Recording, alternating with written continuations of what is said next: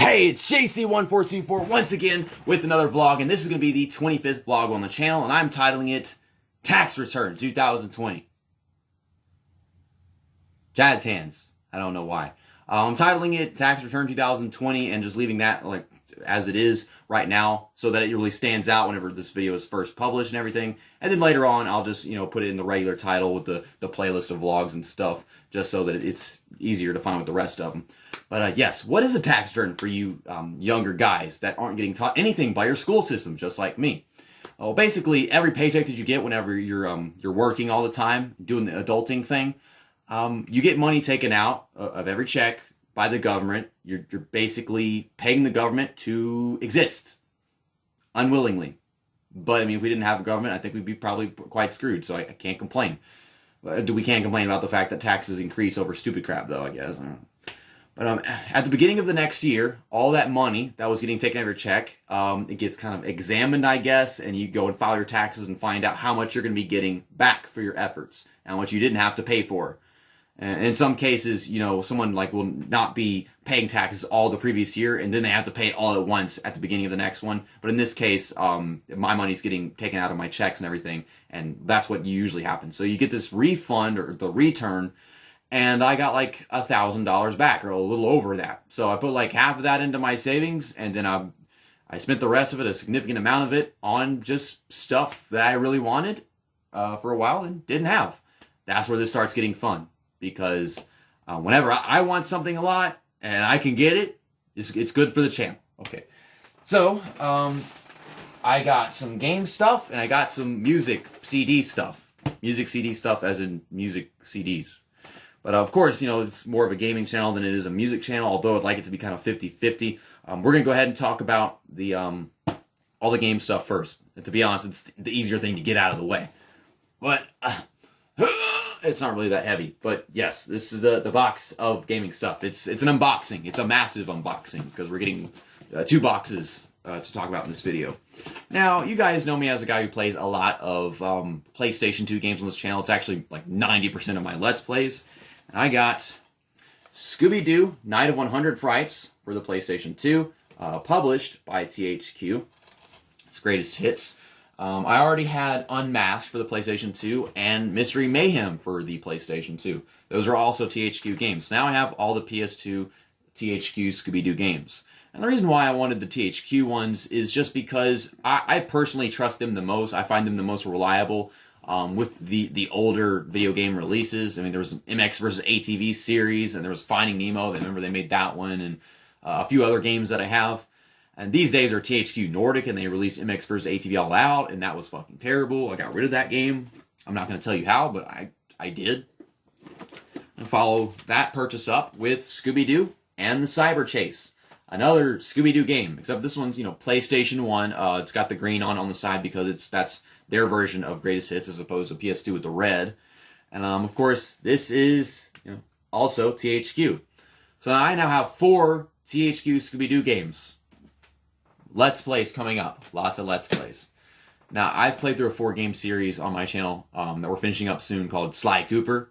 And everyone's more familiar with Scooby-Doo. I mean, I can't imagine you being more familiar with Sly Cooper at all, even if you're a big fan of Sly Cooper, and not being more familiar with what Scooby-Doo is. Everyone knows Scooby-Doo. Just like everyone knows SpongeBob. I don't know when the hell we get into SpongeBob, but... So that's 4 games. And then I've got one more right here. The PlayStation Portable Scooby-Doo game by THQ, which is Who's Watching Who. Take note that this case right here, the case I bought. The UMD disc, the Universal Media disc, the physical copy, I also bought that. But the cover that's in it, I had to print that out because it came with one of those generic GameStop anime cases. It was like some Final Fantasy case or cover. And this is not Final Fantasy, so I don't know why that was in there. The thing is, the disc wasn't running well whenever I put it in my PSP, so I got this application that I have saved to my PSP that I can allow it to take the data from the disc and save it to the memory card. So I never really even used the disc to begin with. But I have a physical copy. Yay! I don't know if it's the PSP or the disc, but that way it'll run smoother whenever I do that Let's Play. So that is 5 Scooby-Doo games. And I have one more. There's one more THQ published Scooby-Doo game. And it is the very first one that we're going to be playing through starting this summer. And that is Scooby-Doo Classic Creep Capers. I don't know what capers is, and I'm pretty sure they just went to the fucking Dino Thesaurus and decided, let's pick a word that means story or tale that starts with a C and the K sound. But this is the Nintendo 64 game. I bought this without having a Nintendo 64. So I guess it means I have to get a Nintendo 64. Not really. I got one as well. We got my controller, which is orange. I want to get me an orange controller just because it looks really cool with my console, which isn't orange. I have an orange controller, but contrasts it really well with a green Nintendo 64. This is the Donkey Kong edition. Of course, I didn't come with no Donkey Kong game because that's like long and past gone, the edition with the Donkey Kong, of course. It's just the console, and it also came with the green controller that I'll use as my second player controller. There's some kind of wear and tear on the wire of the green controller, so that's another reason why I want to use the orange one. I found that out after deciding I want the orange to be my one player controller. My second player would be the green one. I just didn't notice until looking at it later that it's got like dog bite marks on the wire.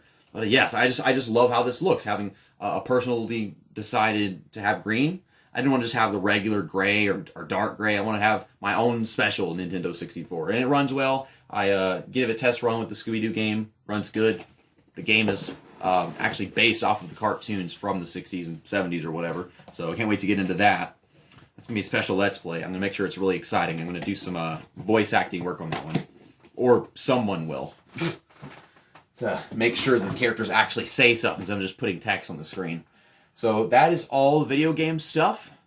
Now to get into the music CD stuff. Alright, here we go. It's actually like the same size as my head. I just wanted to make you think I got a ton of CDs. And I did. It's just, I mean, relatively to like how many CDs I usually get, like 1 or 2 at a time. I got 11. So I'm going to try to skip through these really quickly, try not to spend any more than maybe a minute or 30 seconds on them telling you about like what it is and how I came to decide to get it. But first up is the 2018 release by A Perfect Circle, Eat the Elephant. The lead singer of this band is Maynard James Keenan. He sings for Tool. Everybody knows who Tool is after what happened in 2019. Their comeback with 13 years without an album. And this one, I think this artist hadn't released an album in like the 14 or 15 years or something. They had like an album full of covers or something like that.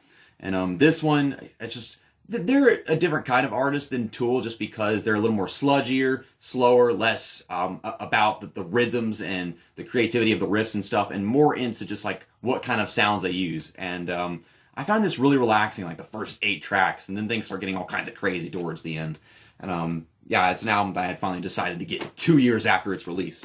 I remember that album came out just before I went to Talladega in 2018.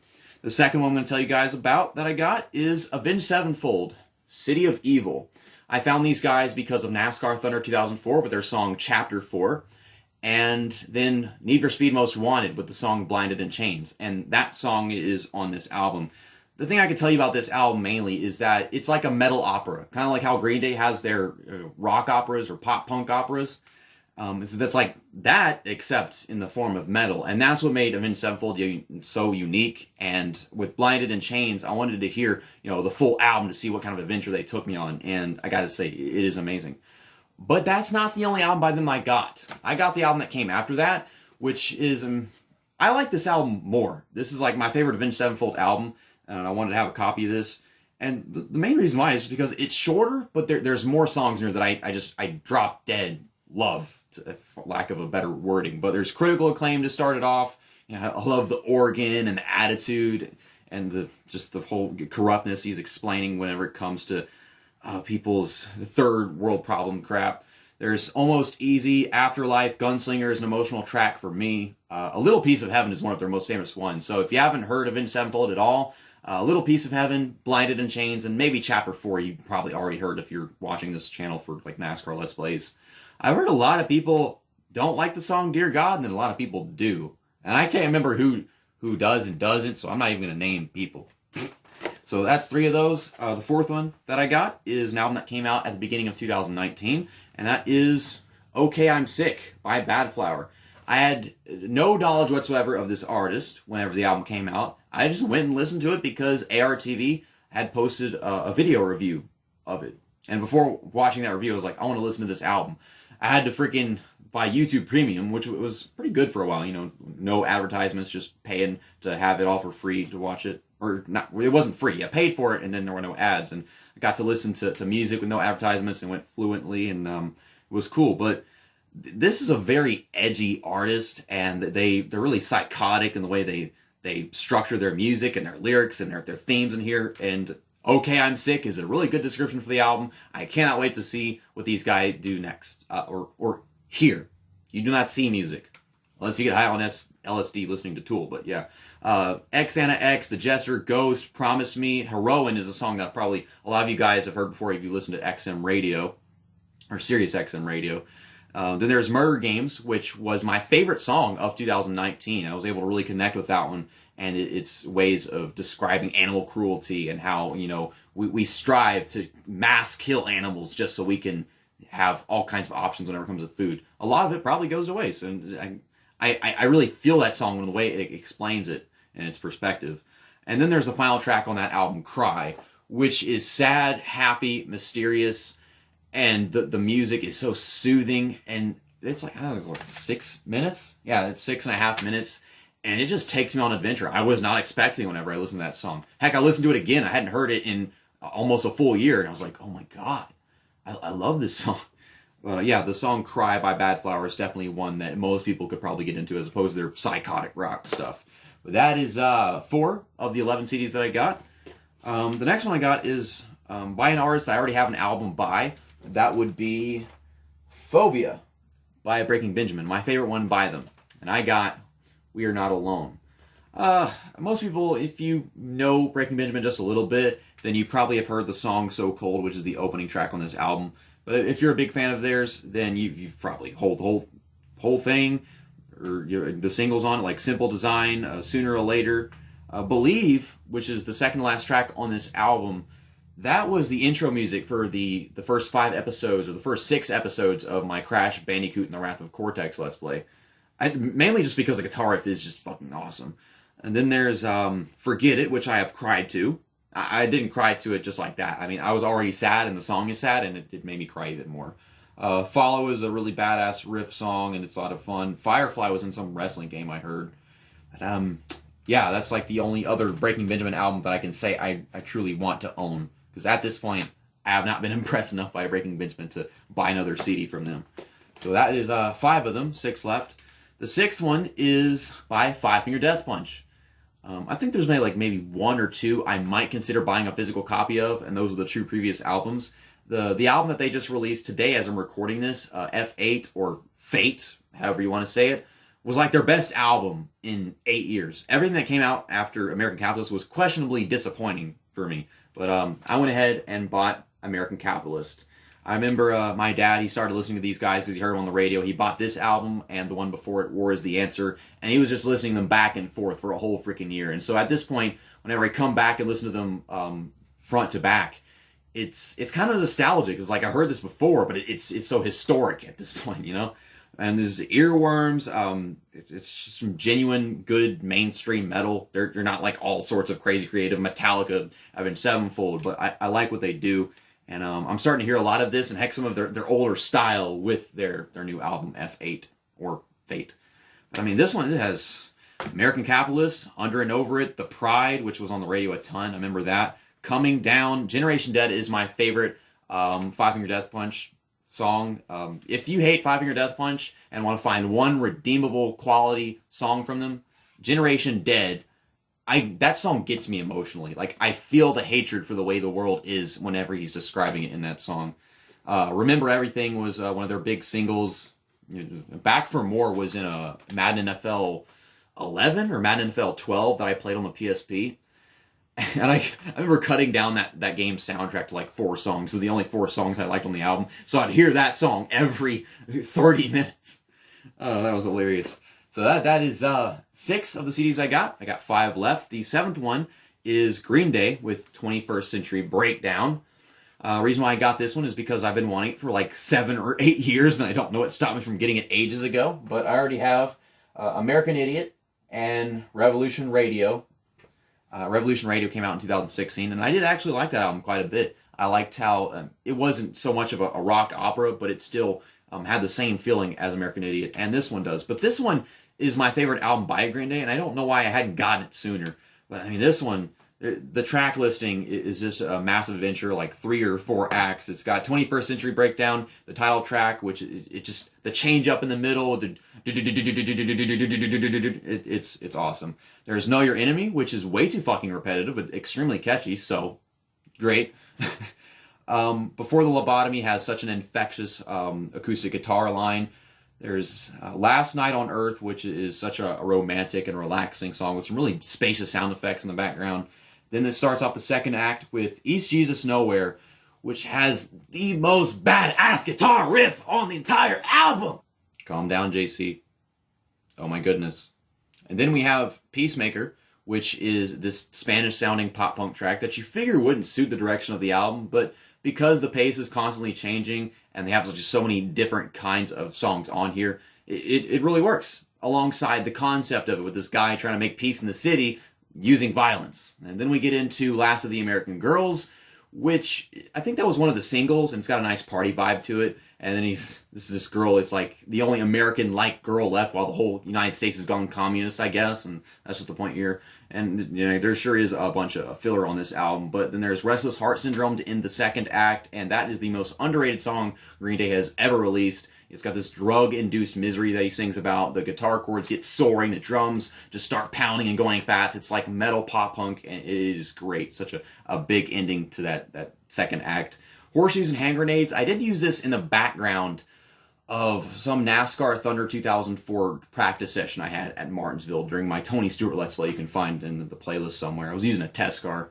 And then there's The Static Age, which is, I think that was one of the singles. It's really catchy, fun, and I think it's about wanting to have a big ego but not being able to get one. I don't freaking know. Then there's 21 Guns. Everyone knows 21 Guns. The biggest song on the album, it was in Transformers, because Michael Bay wanted to show Megan Fox's sexy, foxy thighs as she's painting a motorcycle. And of course, the best way to make that more sexier is to put a romantic Green Day song in there. Not a, I don't know, Theory of a Dead Man. I don't freaking know why. Just romantic Green Day. Yeah, definitely an album that I've been wanting for a long time.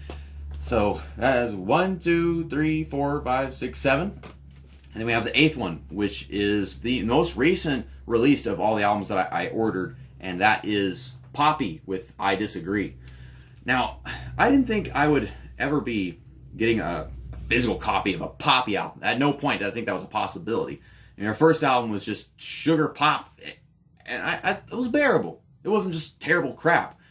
She was using her persona to create the music, and it was in the music. Then the second album came out, and it was a little more industrial, but still poppy being poppy, I guess is the best way to describe it.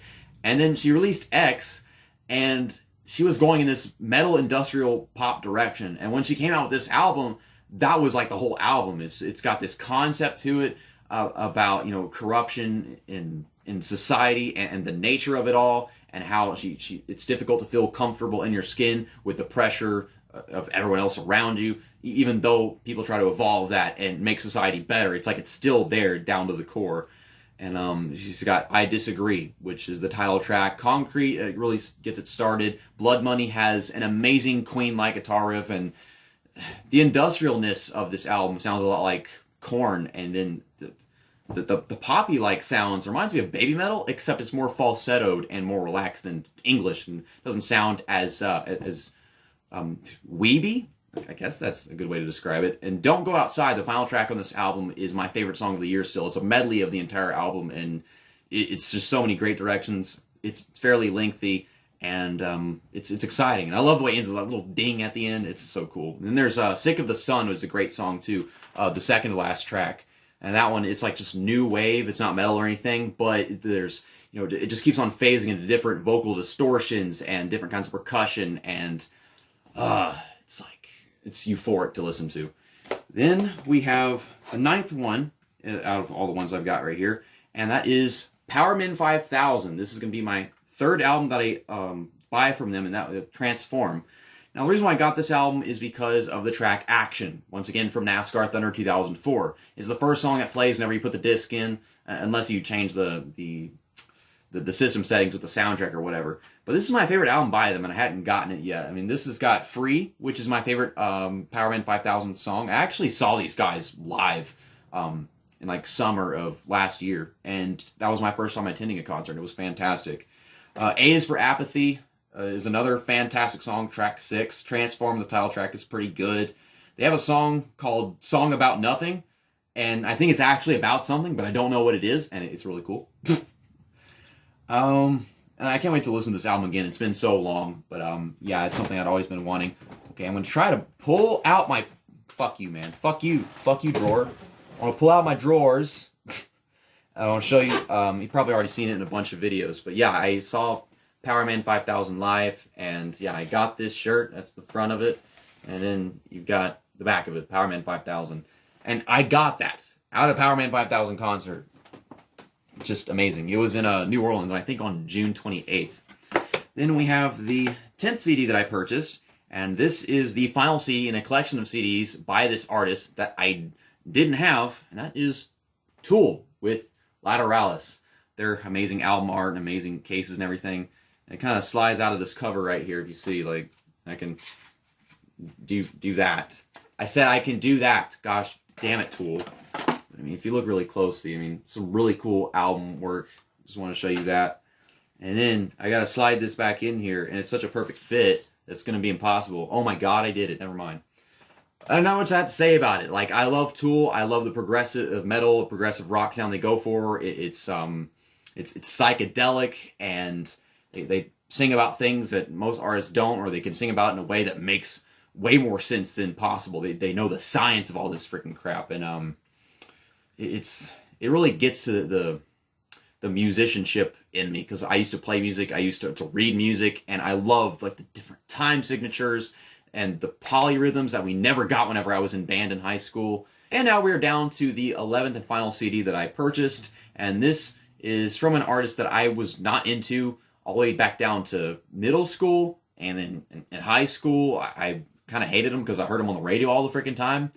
And then I met this awesome lady, or she's a lady now. She was a girl then, but her name is Kayla, and now we're in a relationship. It is an amazing relationship. I gotta marry this girl, this lady, whatever.